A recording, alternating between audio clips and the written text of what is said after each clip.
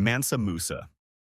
His fortune not only made him powerful, but it disrupted economies far beyond his borders. In the early 14th century, the Mali Empire sat on one of the richest gold-producing regions on Earth. Gold from West Africa moved north across the Sahara, passed through North African markets, and entered Europe and the Middle East. Musa inherited control of that system when he became emperor in 1312, ruling a territory built on trade routes, taxation, and mining. To merchants, Mali was already important. To the wider world, it was still distant and poorly understood. Then came the pilgrimage. In 1324, Musa set out for Mecca with a massive caravan of officials, soldiers, servants, and pack animals carrying large quantities of gold. As the procession moved through cities like Cairo, he distributed gold generously to rulers, scholars, and the poor. The giving was deliberate, public, and constant. Markets absorbed the metal. Prices began to shift. Gold, suddenly abundant, lost value. The effects lingered for years across the region, unsettling currencies and trade. Augustus.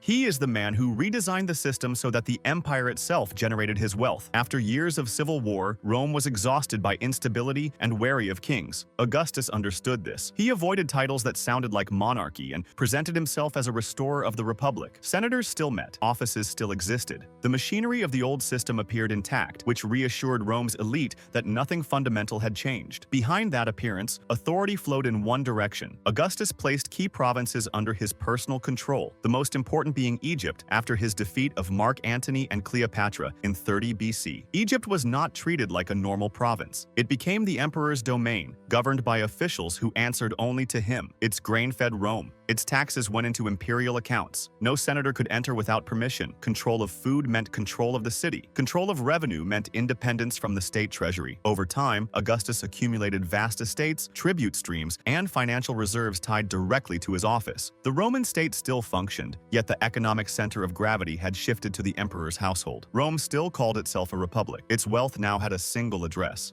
Emperor Shenzong of Song. His wealth came from turning administration into an engine of production. How? Well, when he took the throne of the Song dynasty in 1067, China was already densely populated and commercially active. Markets stretched across cities connected by canals and roads. Iron production, ceramics, and printed goods circulated at a scale rare for the medieval world. The empire faced constant military pressure on its borders, and maintaining armies required steady revenue. Stability depended on extracting more value from land and labor without expanding territory. Shenzong backed a series of reforms known today as the New Policies. The government issued low-interest loans to farmers, reorganized tax collection, and attempted to regulate grain storage and transport so shortages would not collapse prices. State workshops expanded manufacturing, while officials tracked production and movement of goods more closely than earlier dynasties had attempted. These measures tied the court directly to the economic life of the population. By the late 11th century, Song China may have accounted for a significant share of global output, with state income reflecting that scale. Wealth accumulated through bureaucracy, paperwork, and managed trade rather than plunder. Power literally came from efficient systems that steadily filled the treasury. Akbar the Great. Interestingly, his wealth grew from control over land, people, and predictability. When he came to power in 1556, the Mughal Empire ruled vast stretches of the Indian subcontinent, but its income depended on uneven tribute and local arrangements. Regions produced enormous agricultural output, yet revenue collection lacked consistency. Empires before Akbar had conquered territory. Holding it profitably proved harder. Akbar focused on order. He reorganized administration into a centralized bureaucracy that recorded land, crops, and yields with unusual precision for the time. Surveyors measured fields. Officials calculated average production. Taxes were assessed in cash based on expected harvests rather than arbitrary demands. Farmers gained stability. The state gained reliable income. Over time, trade in textiles, spices, and luxury goods expanded alongside this agricultural base, feeding both domestic markets and global demand. The imperial court became one of the richest in the early modern world, sustained by a tax system tied directly to one of the largest populations on Earth. European merchants arriving by sea encountered a land already dense with commerce and production. Akbar did not rely on sudden treasure or conquest windfalls. His fortune rose and fell with the rhythm of millions of farms. Genghis Khan. This man built his riches by controlling movement across continents. In the early 13th century, the Mongols emerged from the steppe as a confederation of tribes bound by loyalty and warfare. Their early campaigns targeted rival clans and nearby kingdoms, producing the familiar spoils of conquest: animals, goods, captives, and tribute. Armies moved fast, lived off the land, and redistributed plunder among followers to secure allegiance. Wealth circulated constantly within the war machine. As Mongol expansion pushed into Central Asia, Persia, and northern China, something larger took shape. Caravan routes that had long been dangerous became protected under Mongol authority. Merchants received guarantees of safety, official passes, and relay stations that allowed trade to cross thousands of miles. Silk, spices, metals, and manufactured goods began moving more freely from East Asia to the Mediterranean. Taxes and tribute flowed back through this network to Mongol rulers, sustained by commerce rather than isolated raids. The empire stretched farther than any contiguous land empire before it, linking economies that had rarely interacted directly. Its leadership did not centralize wealth in a single treasury. Control itself generated value. His power came from controlling the trade routes that connected Eurasia. Alan Rufus.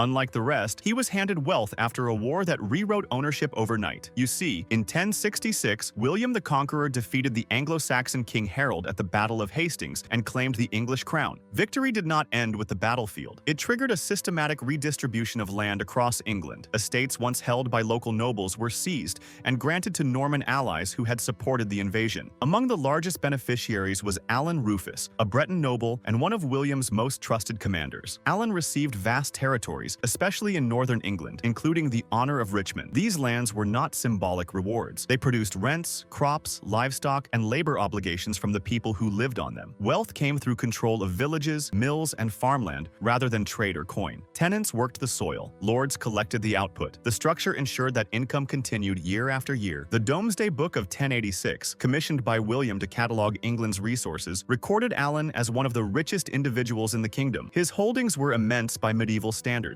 concentrated and stable, in a society where land defined power. His fortune existed because ownership had been reassigned by force. John D. Rockefeller. He built his fortune by structuring one industry so tightly that rivals found little room to survive, and it wasn't that hard for him. In the years after the American Civil War, oil production expanded rapidly in Pennsylvania. Wells multiplied, refineries opened, and prices swung wildly as producers rushed into the new market. The business was chaotic. Supply outpaced demand. Companies failed as quickly as they appeared. Oil was valuable, yet the industry around it lacked structure. Rockefeller built that structure. Through Standard Oil, he focused on refining rather than drilling, then negotiated favorable shipping rates with railroads, bought rival refineries, and reduced costs through scale and efficiency. By the 1880s, Standard Oil controlled the majority of U.S. refining capacity. Its network stretched across pipelines, transport, and distribution, shaping how oil moved from well to consumer. Regulators and journalists later described this dominance as a monopoly, and public pressure eventually led to the company's breakup in 1911 under antitrust law. Even divided, the pieces remained enormously valuable, and Rockefeller's personal fortune continued to grow through shares in the successor companies. His wealth was measured not just in dollars, but in influence over an essential energy source. Andrew Carnegie. Interestingly, his wealth grew alongside the physical rise of modern cities. In the late 19th century, the United States expanded at a pace that demanded new infrastructure. Railroads stretched across continents, bridges crossed rivers that had once divided regions, and urban skylines began climbing higher. All of it required steel in quantities earlier generations had never imagined. Supply had to match ambition. Carnegie Steel focused on producing that material faster and cheaper than competitors. The company adopted the Bessemer process and other innovations to increase output while reducing costs. It owned mines, rail connections, and mills, linking each stage of production. Orders came from railroad companies, construction projects, and manufacturers who depended on a steady flow of strong, affordable steel. By the turn of the 20th century, Carnegie's enterprise had become one of the largest industrial operations in the world. In 1901, he sold the company to financier J.P. Morgan, who combined it into U.S. Steel, then the largest corporation ever created. The sale transformed Carnegie into one of the richest individuals of his era almost overnight. He redirected much of that fortune into libraries, universities, and foundations. Later, his wealth was forged in furnaces that reshaped entire landscapes. Mir Osman Ali Khan. Osman's fortune survived into an era that was dismantling royal wealth everywhere else. He became the Nizam of Hyderabad in 1911, ruling one of the largest princely states under British authority in India. Hyderabad was not a ceremonial domain. It had its own currency, railways, and administrative system. The region's economy drew from agriculture, taxation, and control over mineral and diamond resources developed across earlier centuries. Revenue flowed into a court that operated with the autonomy of a small nation. Visitors described treasuries filled with jewels, gold, and rare stones accumulated over generations. Among them was the Jacob diamond, one of the largest cut diamonds in the world, reportedly kept among personal possessions rather than displayed as a state treasure. Such details fueled his reputation abroad as extraordinarily wealthy during the first half of the 20th century. Political realities began to close in after the end of British rule in 1947. Independent India sought to integrate princely states into a unified country. Hyderabad resisted briefly before being annexed in 1948. The structures that had preserved the Nizam's economic independence were absorbed into a national system. A fortune built in a princely order entered a world that no longer made space for it. Muammar Gaddafi. Most of his wealth came from controlling a state whose main export the world could not ignore. After seizing power in Libya in 1969, he dismantled the monarchy and established a system he described as revolutionary rule. Oil quickly became the foundation of the country's economy. Libya held some of Africa's largest proven reserves, and global demand ensured steady revenue. Nationalization policies placed production and profits under state authority, with the government managing contracts, exports, and pricing. These revenues funded infrastructure, social programs, and international ventures meant to extend Libyan influence. At the same time, decision-making remained tightly centralized. Financial flows moved through networks overseen by the leadership, blurring distinctions between national resources and personal control. Over decades, reports and investigations suggested that large sums were invested abroad through sovereign funds and complex arrangements. Those funds were later frozen as questions emerged. Oil had sustained one of the longest personal rules of the modern era, and now the fortune was inseparable from the regime that created it.